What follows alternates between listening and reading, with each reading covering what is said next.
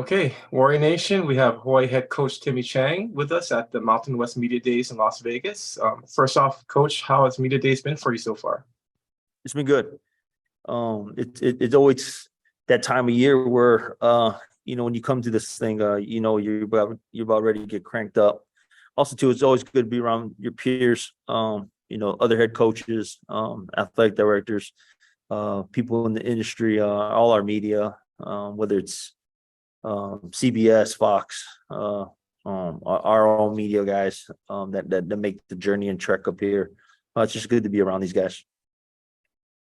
Now, coming off a 3-10 season, you reloaded a ton with the 2023 signing class, mainly on defense. How do you feel about your roster now heading into this season? I think as the years are gonna go on, and as we keep recruiting and keep developing guys, I think it'll just continue to improve from where we were coming into January of last year.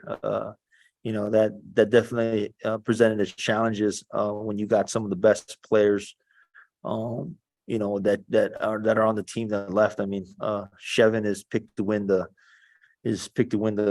Mountain West Offensive Player of the Year this year, and he was with us, and so when things like that happen and across the country, you can see some of the guys on different teams. It's never easy, but you got to move on, you got to replenish, you got to solve problems, and so we're addressing them, and we're doing what we feel is right for our football program, and now it's just about those guys going out there developing and then putting it on the field every Saturday.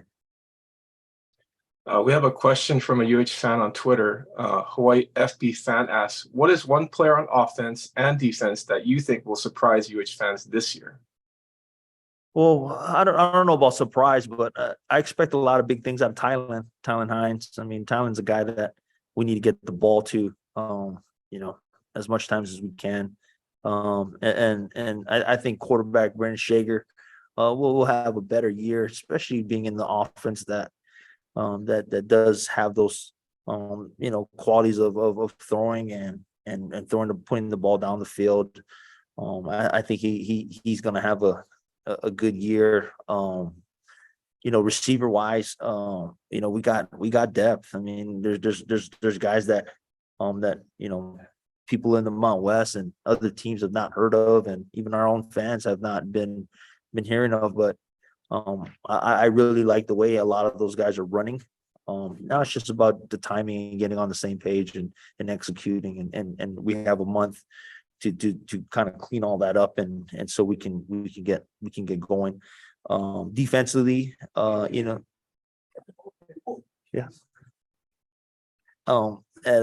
On defense, Logan came out of nowhere as he filled in a spot for injured Isaiah Tufunga, and came up with 80 tackles in 7 games or so, and just imagine he played a full season, full 13 game schedule, how many tackles he would have. I like our corners with Verdell and Cam Stone and Peter Manuma on the back end, and a healthy Menke Pay, and we do have some depth. We recruited a lot in the back end, as you guys saw. Justin Sinclair, CJ Williams has been a big addition at nickel as well. Smart player, fast, quick, could probably play a corner too. And so our back end is kind of loaded up a little bit and very pleasant. I mean, we're going through the run and shoot, we're going through battles with the receivers and safeties and corners, and you like to see that as we get closer to season. But defensively, Kawal Pehopa, as long if we can get we're waiting on a waiver for JT to go through and be positive. Isaiah, Tufunga should have a really good last senior year. Jonah Welch and Andrew Choi provide some veteran leadership, but there's some Wyndon Hoolies and some guys, some Dean Briskys and some guys on the back end that I think are going to provide a lot of young guys that can provide depth and play for years to come. And so we're pretty young. A lot of these guys will come back next year after the year, but I'm still really excited about these guys. I think the biggest thing is just confidence and doing it and seeing themselves doing it. So So you had a lot of big time local recruits verbally committing, as well as building a pipeline from a place nearby where you currently are right now in Vegas. How does that make you feel knowing that these guys want to stay home and play for Hawaii? it makes me feel good. They're buying in, right? They're buying in, and they have a sense of confidence in me and our staff and our program and the direction that we're headed. And so, we want the best ones to stay home and represent the state, and we really want really good talent and speed and skilled guys and anything that we can get that we know wants to be at the University of Hawaii, we love. And so, we're happy about that. This is year two for you. What have you learned as a head coach from year one to year two? Hell, a lot. Where do I start, man? I mean, just from an organizational standpoint, just getting my team their needs, my roster, my staff, my guys, the buy-in from everybody, the continuity, the getting on the same page, understanding how things work, building the community, building the support around us. There's a lot of learning in from year one to year two, but definitely feel like we're in a better place. Not comfortable, but just feel like we're in a better place, and things have I guess the tension and the focus has gone to the team and really just to winning, and putting all that focus and attention on my guys and getting them to respond the correct way so we can win these games. So you're going back to the run and shoot offense. What do you hope to see on the field come August 27th at Vanderbilt? Man, that's a good question. You want to win, right? Being in the run and shoot, you want to see the ball being thrown around. You want to see it going up and down the field. You want it to get in the end zone. And so, hopefully we can do those things. Mistakes will be made. But hopefully you make enough plays and to win the game. And if we can do that, I think we'll be okay. I'm gonna do some rapid fire questions to close it out, if you don't mind. Yeah. Favorite ice cream flavor? Rocky Road. What are you binge watching lately? I just binge watched The Quarterback. That was good show. Yeah, it was a 6-hour flight. So 6-hour flight, and I couldn't go sleep right away. So I ended up finishing the last 2 episodes. So it's a good show. Your go-to snack at home? If I have it, gummy colas. Favorite beach?